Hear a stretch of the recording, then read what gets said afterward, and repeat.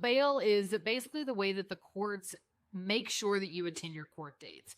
When someone is charged with a crime and a bail is set, this is a monetary amount that the court is saying, I'm going to make this person pay this amount to guarantee that they show up for court.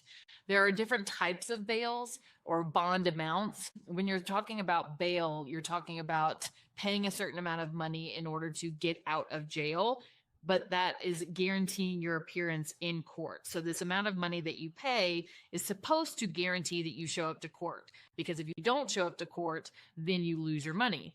There are different types of bail, though. There are bonds that are cash bonds where they say you have to pay $2,000 in cash. It's cash only. So you have to have someone come to the jail and actually pay cash for you, because unfortunately you cannot access your credit cards when you're in jail because it's locked up. So you need to have a friend or family member come pay that cash amount.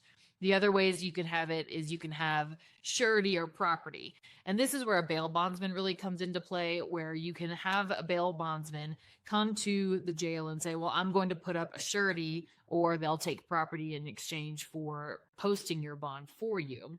What that means is when someone acts as a surety, they're saying, okay, I'm coming in, I'm guaranteeing this amount of money this person's going to be able to get out of jail. I'm going to put up the money for them. So in the case of a bail bonds person, a family member normally will pay the bail bonds person a certain amount. It's a percentage though. And then that bail bonds person acts as the surety. They are ensuring that the client is going to appear at court.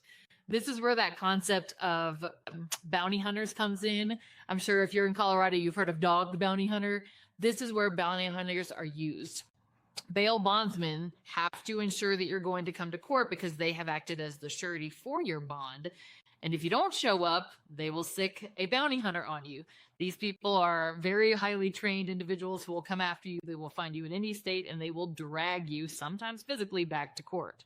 So when you're talking about bonds and bail bonds, you have to understand getting bail or posting a bond is you paying some type of money, either yourself or a family member or through a bonds person, to the courts as a way for the court to ensure that you are going to show up at your court date. And the idea is the higher the bail amount, the less likely you are to skip town. That's why you see much higher amounts set for more serious cases like murder, whereas with a DUI case, you may only see, $1,000 to $2,000.